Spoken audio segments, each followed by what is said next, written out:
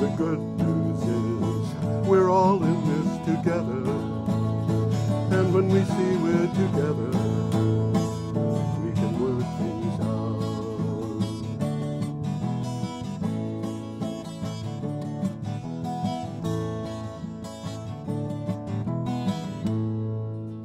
Hello, ladies and gentlemen. This is Energy Week with George Harvey and the famous Tom Fennell. I get up kind of early every morning, and every news item that I find that I think is interesting, I put into a 50-word or 55-word synopsis with a link to the original article. And I put together 10 or 15 of these and put them up at a website, geoharvey.com, geoharvey.com.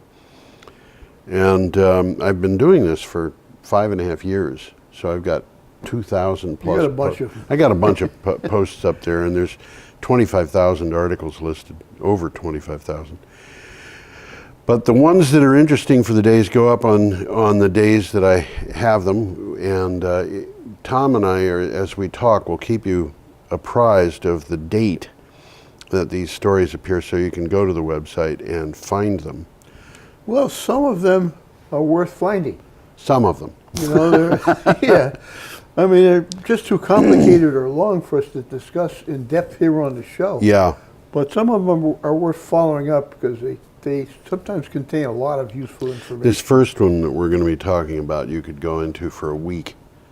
You know, it's just, yeah. Yes. Anyway, we got a picture coming up here. We do. I don't see it. So. When we talk about the articles, you can go to the blog and you can click on the date on the calendar, and it'll take you to the posting for that day. That is a set of solar panels out in the desert. Tom, I want to ask you a question about that picture. Right at the horizon level, on the left side, you can see what looks like two plants coming up out of the ground. Is it plants or is it people? I guess it's plants. It's plants. No, it's plants, yeah. Is that cactus? It's hard to tell.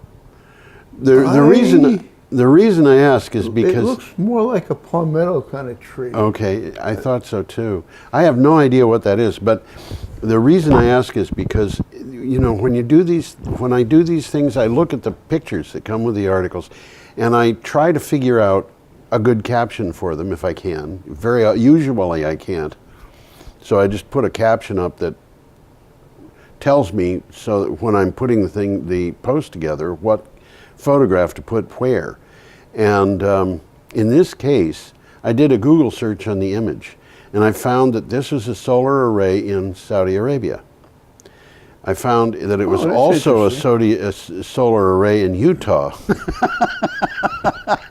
The same solar array? Different people had given it different captions. Don't trust everything. There are a lot of mountains in Saudi Arabia, but there are some. Well, the thing that I'm coming to here is you can't just look at some of these captions and figure that they're actually giving you the information that they claim they're giving you. My sense is that array is probably in somewhere in the southwest United States, but for all I know, it could be in Chile, you know? Oh, it could be in any desert in the world. Right? Any desert, really. Okay, anyway, this first item comes from Clean Technica, and it has to do with Donald Trump's tariff, which we talked about last week. Solar tariffs could be offset by ultra-low-cost solar plans. The recently announced 30% solar tariff could be offset by and overwhelmed by new plans announced this week by the Rocky Mountain Institute and 35 solar energy industry leaders. They committed to developing an ultra-low-cost solar product to reduce costs to the point that fully installed costs would only reach 50 cents per watt, which is, I think, less than half of what we... That's what I was going to ask you. What's it going for now? It's hard to tell, but at utility scale, which is what they're talking about here, it's about $1 a watt. So they want to cut this down. They're going to do all kinds of things, playing games with the costs of things. Well, I guess we're going to be touching on this several times during the show. We are, yeah. It's timely, Yep. It's also a little bit strange. It's completely strange. And, you know, we have an article later on that basically says, if you think you know why this happened, forget it, because you don't. Well, I got a quick takeaway from here. The tariff is expected to cost the U.S. solar industry around 23,000 jobs. That's according to the American Solar Energy Association. It probably is, yeah, because it sounds like a lot. Well, I've seen higher estimates going up to 88,000. Well, what it's basically saying is if these things cost more to buy, there's going to be fewer of them installed. Right. And most of these jobs they're talking about are the installers. Yes, that's right. Okay. That's the people who would hurt the most. And it's going to reduce projected solar PV capacity by 11% over 5 years. Yeah.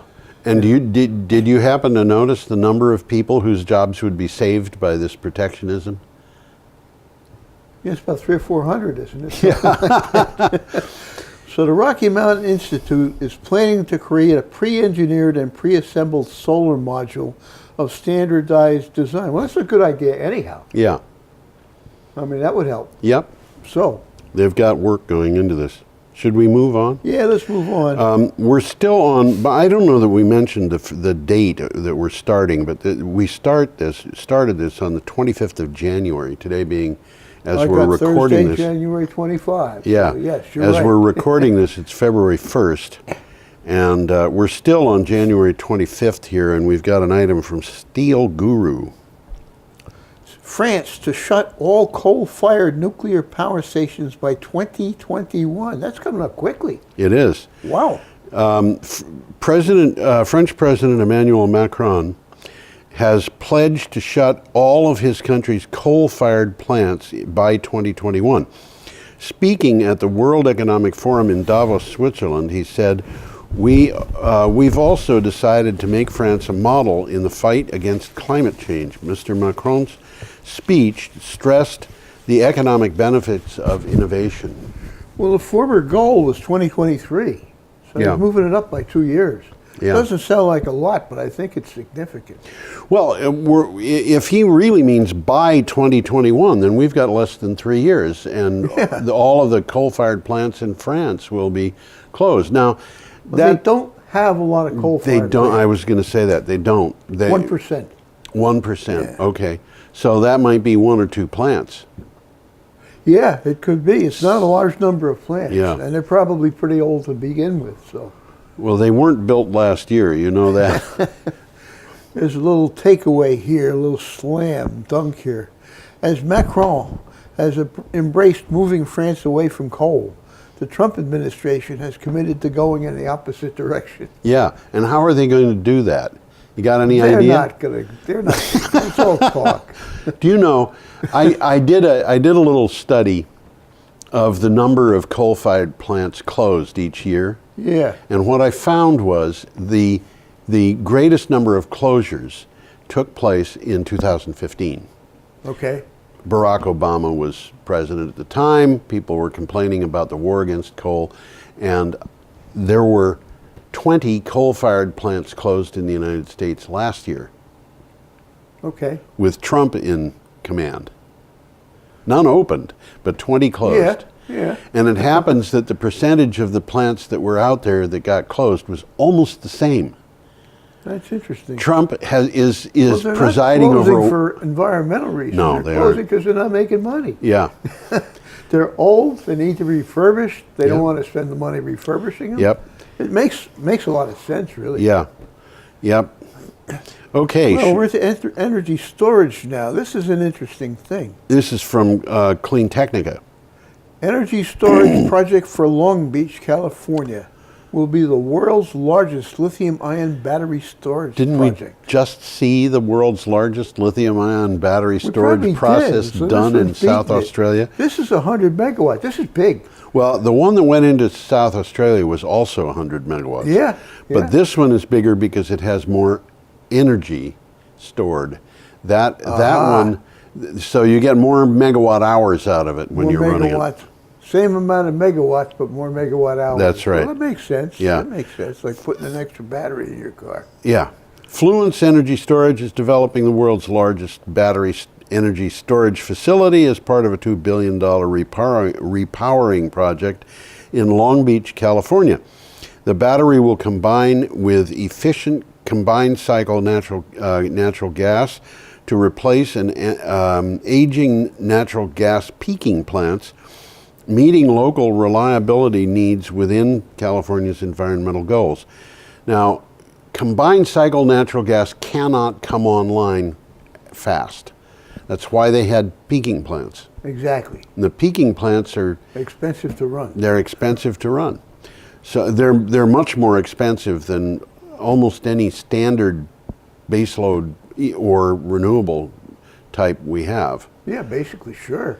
It's basically a jet engine. It's a jet engine. Yeah, and so you turn this thing on and it's generating power in probably an hour. I think they can come on in 5 minutes. You think they're that fast? Yeah, Well, they're that fast. Not as fast as batteries. Not as fast as batteries, no. So what they're doing is they're saying, okay, look, instead of these peaking plants, we'll put in a little natural gas in a big battery, and so when we have an unexpected surge in demand, instead of turning on peaking plants, we'll turn on the battery and the combined cycle natural gas plant. Well, reading into the article, their plan, as I say there, the industry plan, is to have a bunch of these small battery plants distributed throughout their territory. Yeah. And it says, having multiple 50 megawatt systems at different parts of the grid provides more benefits than having a single 200 megawatt system. Yeah. So it makes a lot of sense. Yeah, and they go in more easily that way. And they start instantly. Yeah. You don't have to worry for the engine to warm up. They can respond literally in microseconds. I guess so. You know, all you got to do is turn the switch milliseconds. on. Well, that can happen automatically. Yeah. You know. Oh, it does. All right. We are up to Friday, January 26th, and we have got an image here. Let's whoa. see if I can't find it. It's not in my computer here. I lost it. You lost the image? I lost it in my computer, yeah. Ah, I see. Well, that's an image. That's Six Flags Great Adventure, which is a That's theme. in New Jersey. It's in New Jersey. It's a theme park in New Jersey, and obviously we're looking at the roller coaster there. So Six Flags to be powered by 23.5 megawatt solar development, which is a significant one too. yeah, this is from Power Engineering magazine. Six Flags Great Adventure in New Jersey will soon be powered by a 23.5 megawatt solar development to be built by KDC Solar, making it the world's first solar-powered theme park. The project will include solar carports over certain parking lots and 40 acres of ground-mounted solar panels. It is expected to be finished in 2019. And it will be the largest net metered solar project in the state of New Jersey. Hardly a surprise. La-di-da. New Jersey has a lot of solar power, you know. So, already, let's continue move on. going. This is coming a little closer to home. this is from Renewables Now, but this thing, you know, this was Friday, which is almost a week ago that this appeared, and it's still appearing in the news as fresh news. Well, it's local news, and it's important news. It's important news. Northern Pass, and we've talked about it on the Yes, show, we have. wins bid to deliver hydropower to New England. The Northern Pass transmission line project that will bring up to 1.09 gigawatts of hydropower from Quebec, Canada to New England. What other Quebec is there? Quebec. Has been selected as the sole winner of a huge Massachusetts clean energy solicitation. Let's get it right. The Northern Pass project envisions the construction of a 192-mile power distribution network. It's an interesting network. It's got underground and overhead portions of it. Yep. Okay, the first section is going to be a direct current DC line from the Canadian border to Franklin, New Hampshire, which is about 90 miles, I think, where the electricity will be converted to AC. And there it's going to be overhead transmission lines. And people are upset. There's been a lot of controversy about been this in a New Hampshire, lot of yes. upset about this. There were other lines that could have been taken, and one of the people who was involved in this said we had a lot of really great choices, and we just happened to choose this one. And you know, there is going to be opposition to this because it still has to be approved by the state of New Hampshire. Well, the direct current line, as I understand, is going under roads. It probably isn't going to disturb too many people. But the Probably transmission not. line is going through some nice forest territory. Yeah. This is what they're really objecting to. Yeah, and one thing that people don't realize, you know, we had a story a couple of weeks ago about a bird called the great Indian bustard. Do you remember that? As a matter of fact, I don't. Well, the great Indian bustard is a big bird that lives in a desert in India. Yeah. And it's an endangered species. Yeah. And they're putting up wind farms. And the wind farms are affecting the bird populations, not directly. The birds are being killed, but not by the wind turbines. They're being killed by collisions with the transmission lines. That's interesting. And the bustard is, as a bird that's not predatory, you know, it's got eyes inside of its head. Mm-hmm.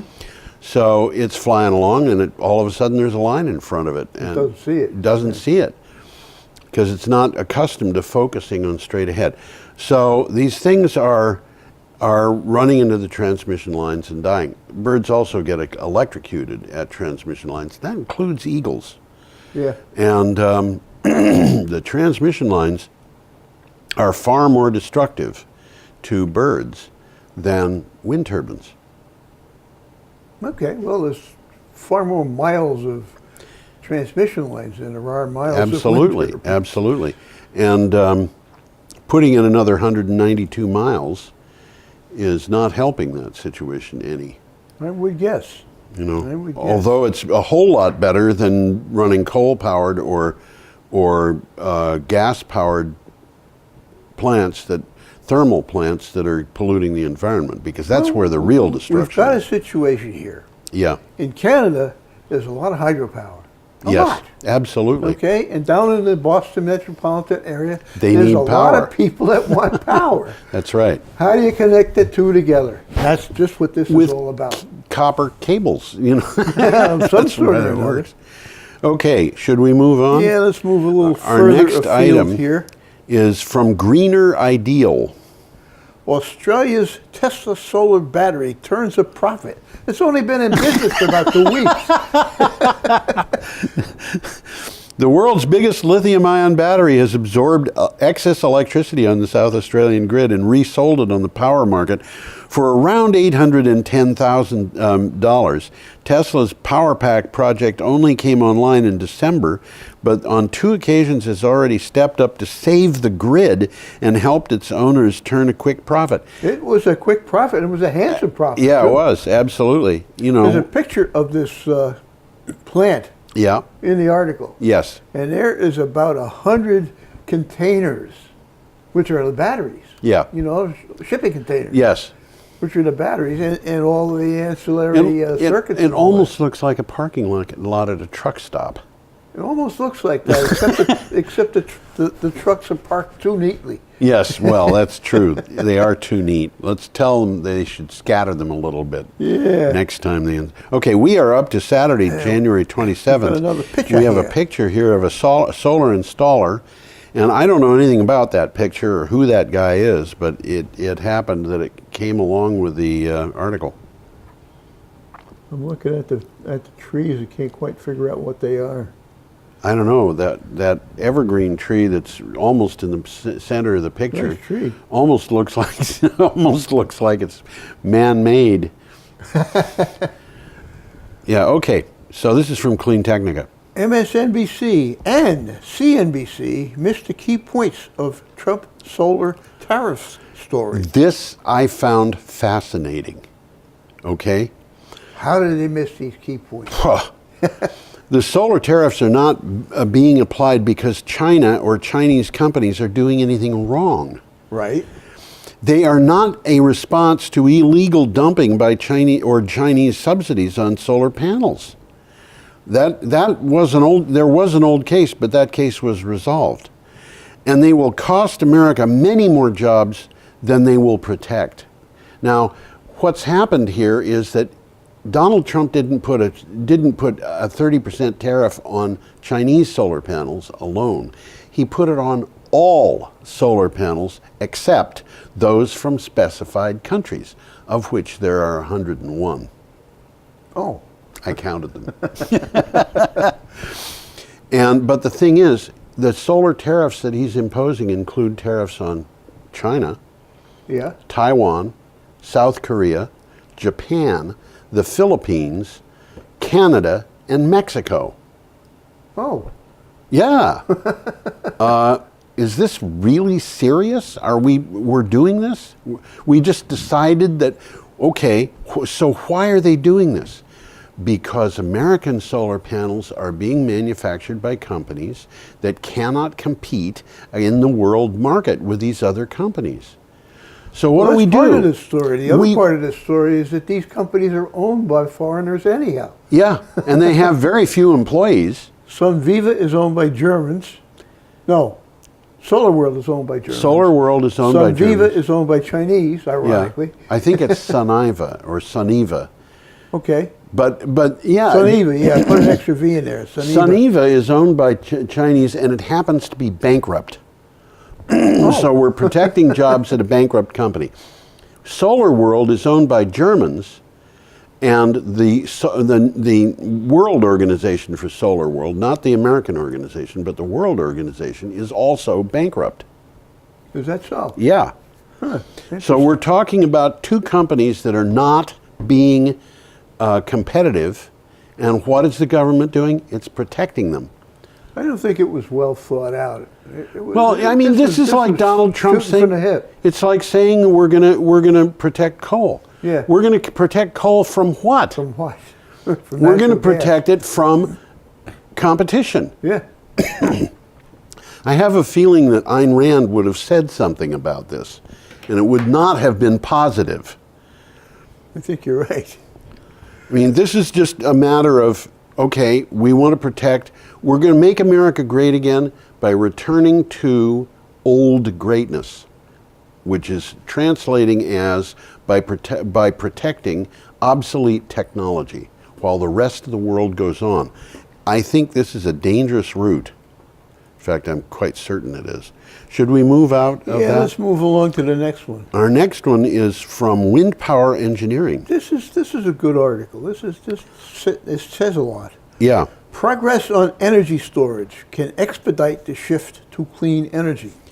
They fit together like this. Yes, they really do. But you know, really, when you do wind and solar and batteries, yeah, the wind blows hardest when the sun is not shining. That's correct. So, wind blows at night, and in the winter. Shines in the day. Yep. Wind blows in the wintertime. Yep. Yep. A white paper from Environment New York said the rapid growth of less expensive wind and solar energy and falling costs of energy storage led to a six-fold increase in energy storage capacity, not including pumped hydro, over the past decade. Concerns about variable power sources are fading away. A six-fold increase in 10 years. Energy storage is becoming the go-to option for utilities and businesses and homeowners. Yes. It makes sense. It's a good idea. Yeah, it makes sense. And, we can go back to, for example, Green Mountain Power's offer on Tesla batteries. I don't know that they're offering this anymore, but they did offer 2,000 batteries to people who would put them into their homes, and they were charging your choice, $1,500 installed for the battery, or $15 a month. Now, this is a battery that costs $5,000, and the installation over $5,000, and the installation charge is $1,500. So they're going to lose almost 80% of the cost of every single one of these batteries. But they're able to utilize them. That's the deal. In order to get the deal, you got to let them take the power out of the battery if they need it. And they are, of course, going to replace it. Yeah, it's a fair deal.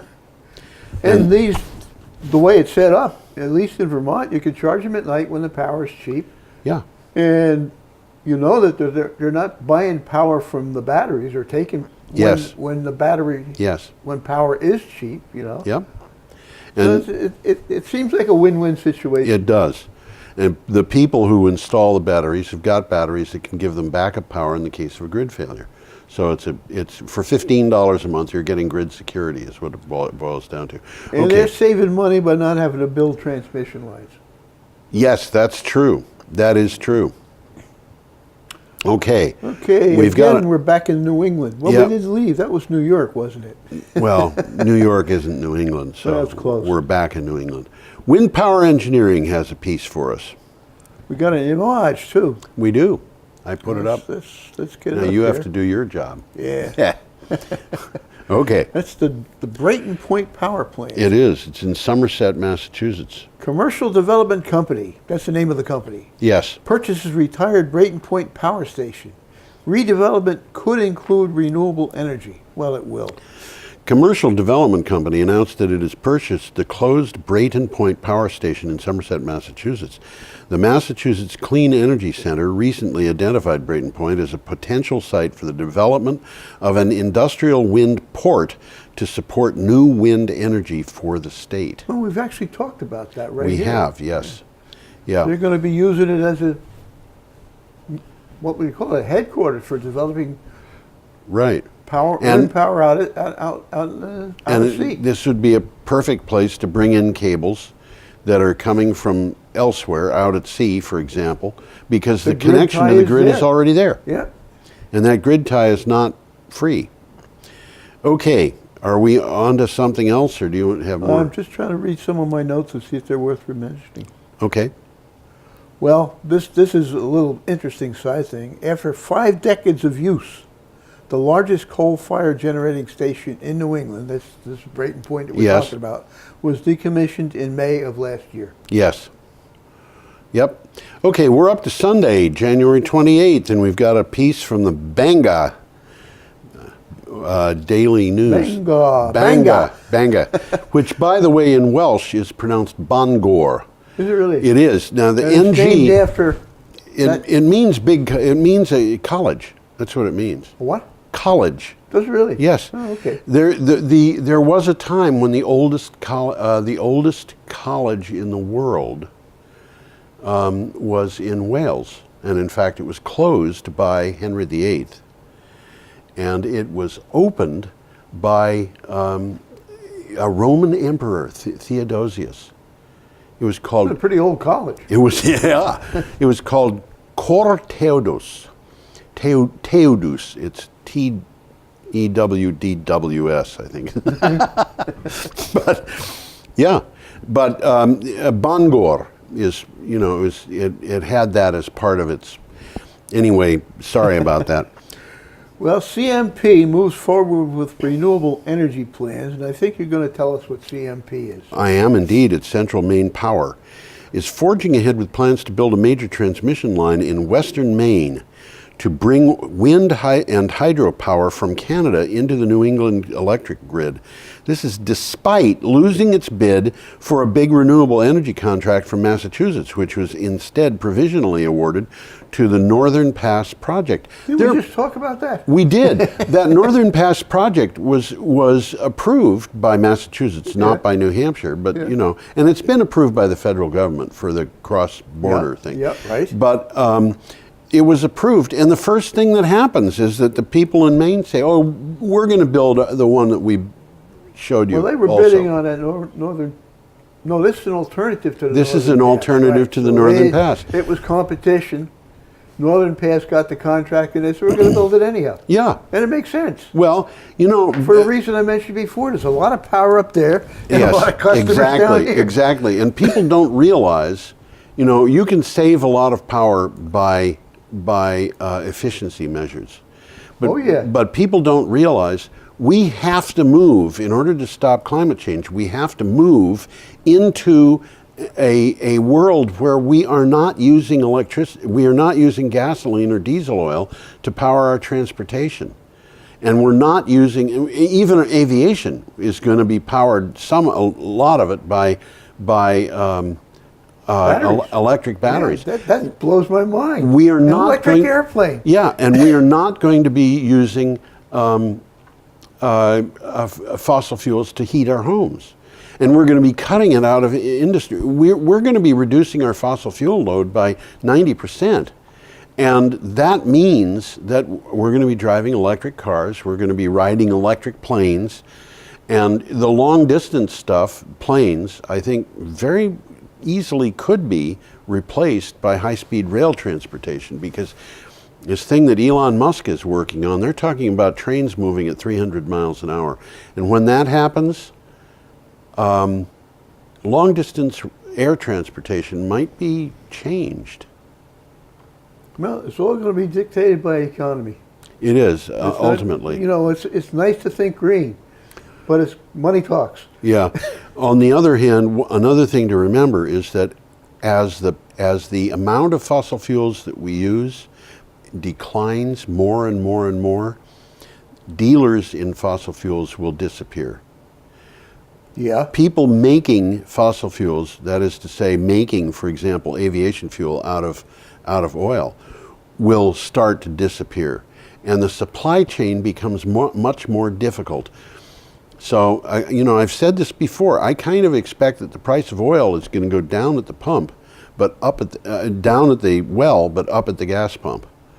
So, anyway, I suppose we should go on.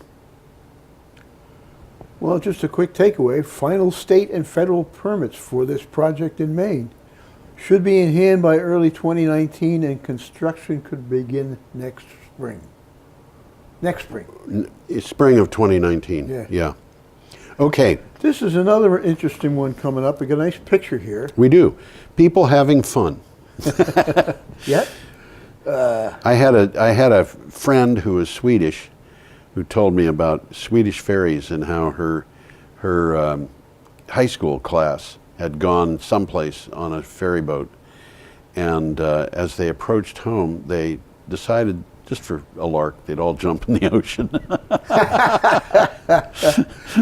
Well, this isn't the picture of the ferry that they're planning. But No, it's not. This is well, I'll read it. Yeah. Hybrid ferry standard platform to be implemented for Danish islands. Goal is fully electric. And a little background here. We don't normally think of it, but Denmark is almost all islands. Yeah. Copenhagen is on an island. I Yeah. mean, most of Denmark is on an island. Yeah, it's got And a, there's 20 or 30 towns that are on islands that are forming a consortium yeah, to buy one standard model of ferry that they can all use. yeah. The Danish Ministry of Industry, Business and Financial Affairs presented a plan called the Blue Denmark that covers 36 different initiatives to strengthen maritime development in the country. One of them is about modernizing the ferries that connect many small populated islands to the mainland. Their primary power will be electric. Now, primary power, they're going to be hybrid. So if there's Well, they're anything, going to need something just for reliability. yeah, I mean, it's primary. They're going to run on electric whenever they can. yes. But if for some reason there's something wrong, they got backup power. That's right. And actually, they will need this backup power immediately, because they're talking about ferry routes that are going to run from places where the ferries batteries can be charged to other places where there is they can't be charged. Uh-huh. So they've got to, this is something that's going to be a little bit of a balancing act. But it's not just the islands. There are places on the mainland where they're going to have routes that go to the islands, yep. and so this is a Well, it makes sense. It does make sense. yep. Here I am. Economy of scale. Yes, absolutely. Move on. Yeah. We've got an item here's here a from good one here. the Longview News Journal. Is that what it is? The Longview? Longview. Oh, I had a hard time pulling this one up. Oh, did you? I really did. Coal country at crossroads. Future shaky despite promises from Trump. I kept getting to the website and I couldn't find the article. Really? Yeah. Wow. I got a note said 502 bad gateway. Oh, that means that the article was moved or? I don't know. I finally found it. I Googled the article and it popped up. Interesting. Matter of fact, I think it came from a web page that had the same name of it, but was a different web page. Oh, really? Yeah. They may have closed the web page or moved it to the other one. Okay. As aging coal-fired power plants are shut, coal's share of the nation's power mix has plummeted from nearly half in 2008 to roughly a third today. Roughly 20 of 380 have closed or are in the process of shutting down since Trump took office, and the future of coal is gloomy. Well, that's what this article was basically about, and I'll read a quick takeaway from it. Yep. Last year, coal consumption in the United States fell to its lowest level in nearly 4 decades. Yes. In 2018, coal production continues to decline despite the frigid winter. The decline in demand has forced a 38% drop in the nation's coal production in a little less than a decade. Yeah. And it's not about being green. There's no way in creation Donald Trump is going to keep those miners working. Now, the coal mines that still have coal are closing down because the coal isn't of high enough quality. They're leaving it in the ground. Right. And now only the most efficient mines containing the highest quality coal are able to survive. well, they are able to do things with the coal. So the coal miners, there's actually more jobs right now than there were a year ago, despite these closings. Mm-hmm. But the fact that there's more jobs has to do with a couple of different things, one of which is exports. We're exporting much more a lot of coal. But the countries that we're exporting to are shutting their coal plants down. Okay. So this is a short-term gain. This is a short-term game. There's no way this can last, and Mitch McConnell comes from Kentucky, and he's been in favor of more jobs for coal miners, and his state has fewer. They ain't there. They ain't there. They ain't there. Okay. If you can't sell the coal, you're not going to be mining it. No, that's true. Okay, we're up to Monday, January 29th. Got a good picture here. We do. Up. It's a beautiful Let's picture. get this picture up here. Lovely picture. This is a great picture. I like this. Yeah. Wow. I always loved lightning. Lightning storms. My mother loved lightning storms. Uh-huh. And she would say, "Oh, George, come over and look." And we'd look out the window and watch the lightning. It was so exciting. The reason she loved lightning was because her mother was terrified of it. Is that so? So her mother didn't want her son, my mother's older brother, to be afraid. So anytime there was lightning, she would say, "Oh, John, let's go look come at over it." and look at the lightning." And he would go over because he was called, but he'd sense her fear. So he wound up being fearful of lightning. And my mother, by contrast, only felt left out. Oh, poor little put the girl. picture up again. Yeah, let's do That's that. pretty nice. Okay, Little sunset going on there. yeah, and, daily news and analysis. I got a little more leery of lightning when I was struck by it. You were struck by it? I was walking up my basement stairs and kidding. got struck by lightning. What's that feel like? It's invigorating. Well, let's talk about the article. Yeah. And the article is about particles. Yes. Tiny particles may have huge impact on storms. Tiny airborne particles can have a stronger influence on powerful storms than scientists previously predicted. A study published in the journal Science found. Scientists have known that aerosols may play an important role in shaping weather and climate, but the study shows that the smallest particles have an outsized effect. And we're talking about really small particles. These are particles you cannot see. 1,000th the width of a human hair. Yeah. Yep. They can intensify storms, increase the size of clouds, and cause more rain to fall. Yep. If you see a lot of these particles in a space of volume of air that's small, so that there's a lot there, they will look like smoke, because that's essentially what they are. Yeah. And if you think of a person smoking, the smoke that you see is made up of particles. Tiny particles, sure is. And what they're saying is that tiny particles have a big effect on weather. and much bigger than scientists had. Well, the article had goes known. into the mechanism involved, and it's interesting how Yeah, these things it's an build interesting up article. moisture, and the moisture rises, and it sucks in more. Yes. It's yeah. If you're interested in weather, it is an interesting article to read. Yep. We have an article coming up from The Guardian. Is that where it's from? Yeah, natural gas killed coal. I got it. Okay. Natural gas killed coal. Now renewables and batteries are taking over. Yeah, we told them this was going to happen. I think you heard it. You heard it here first, folks.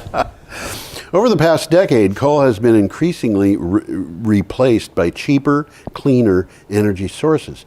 U.S. coal power production has dropped by 44%. No wonder these miners are out of work. It has been replaced by natural gas, which is up 45%. But in the same time, renewables are up 260%. And you know, I've said this before, Tom. I'm going to say it again because it's worth noting. The Energy Information Administration every month puts out a monthly review of what's going on in electricity. Okay. And so does the Federal Energy Regulatory Commission. And you know, if you look at these things, you can get from the one the number of plants that are opening and closing, from the other the amount of electricity that is being produced. And Two sides of the same coin. they are, yeah. And I forget right now because I'm losing my marbles which one of them it comes from. But there's a monthly report that tells you how much electricity was produced in the month, and it's monthly going back for a couple of years, and then before that it goes back on an annual basis for quite a few years. And about 3 months ago, I started to notice that natural gas production of electricity was severely down month after month from the previous month's total. And in the last 12 months that they have reported, in 11 of them, the production of power was down. In one, it was up very marginally, but the average by which it's down is 12%. Mm-hmm. 12% is a significant drop. Mm-hmm. And when it persists, you're talking about something's happening. You're talking about an industry that is in a depression. So, and this is not the production of natural gas, which is actually up. But we're exporting natural gas and we're turning it into plastics as the natural gas industry is looking for new markets, mm-hmm. because our electricity production is down. Right. And the electricity production, the thing that makes it up, because natural gas is down, coal is down, oil is down, nuclear is down. The thing that's picking up the slack here is wind power, solar power, hydropower, batteries. Yep, storage. It is. Okay. Well, there's a quick takeaway here, and it covers the whole thing. While the shift away from coal is a positive development in slowing global warming by cutting carbon pollution, research indicates that shifting to natural gas squanders most of those gains. Yes. You're not getting what you think you're getting. It might actually make it worse.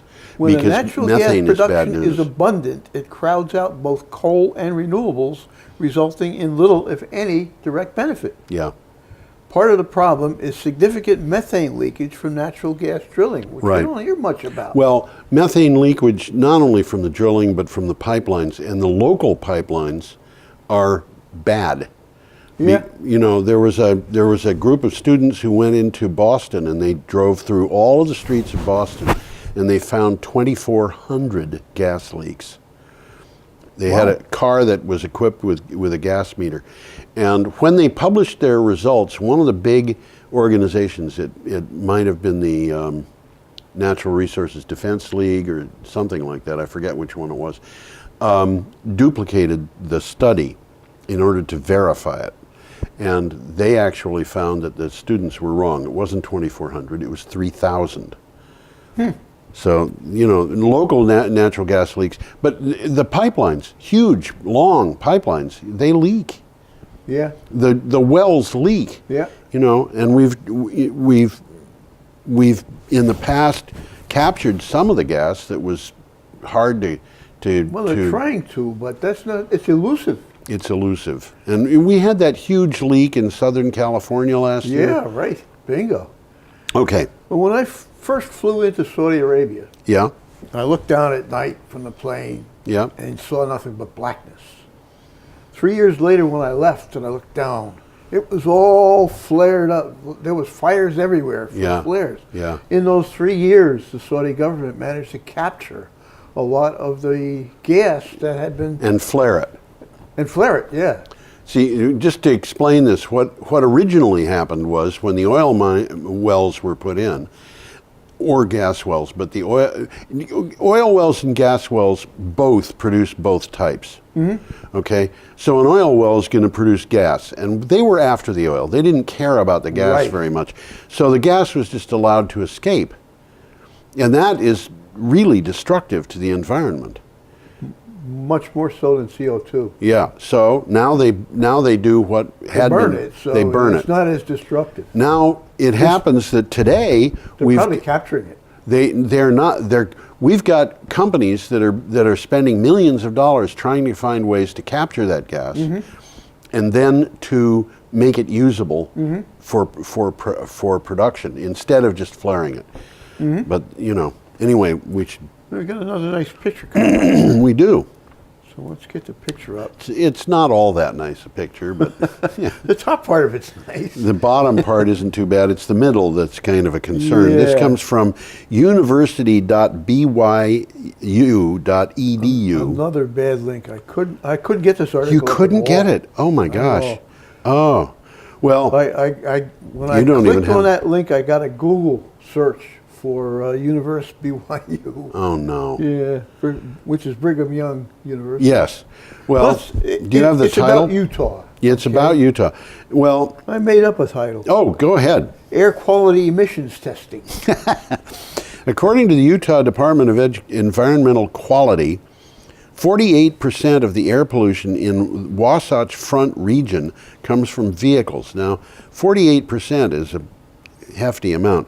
In response, Representative Patrice Arendt filed HB 101, a bill that would require emissions testing on diesel vehicles in Utah.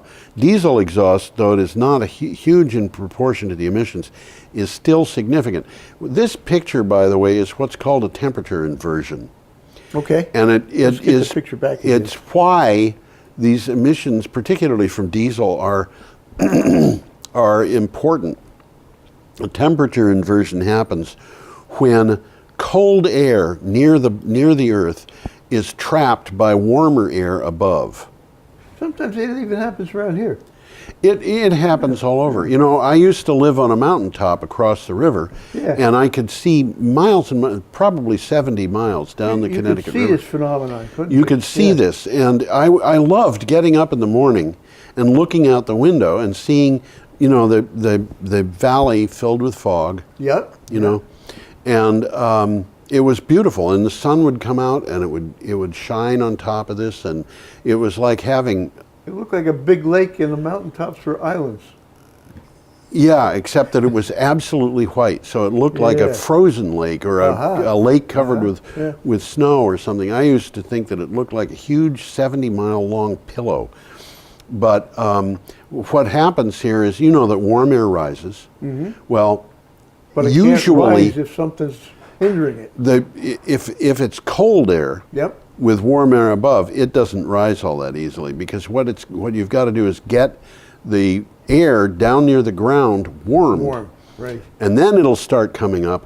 And of course, in a thing like this, the sun has a little trouble breaking through that smog.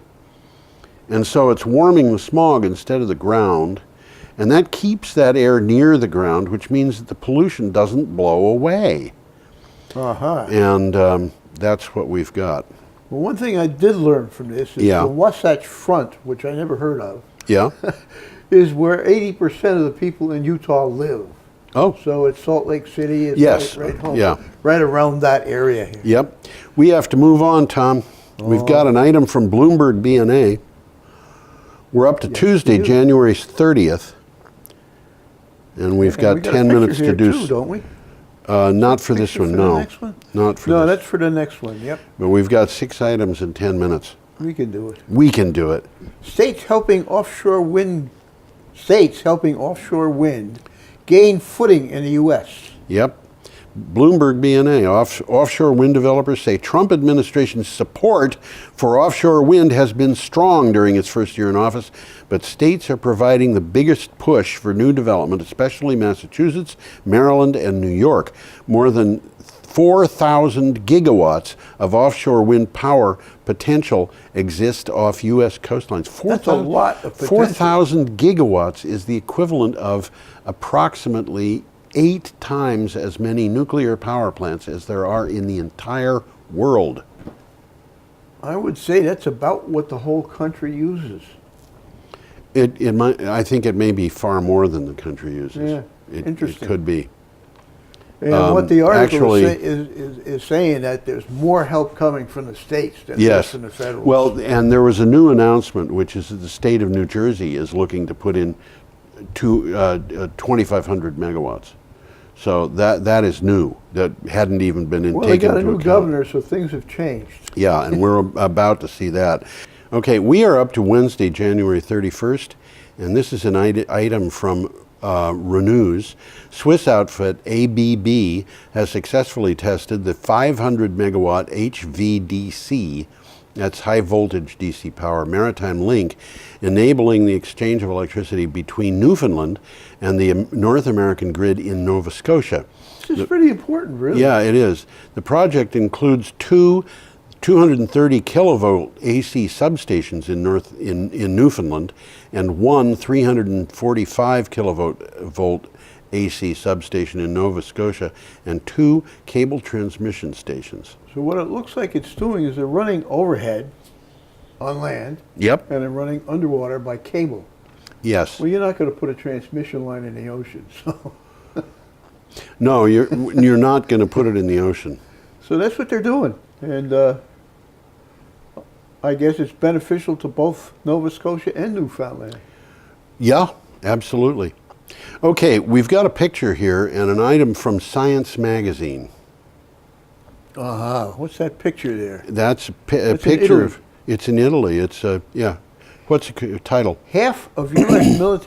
military facilities are vulnerable to extreme weather and climate risks.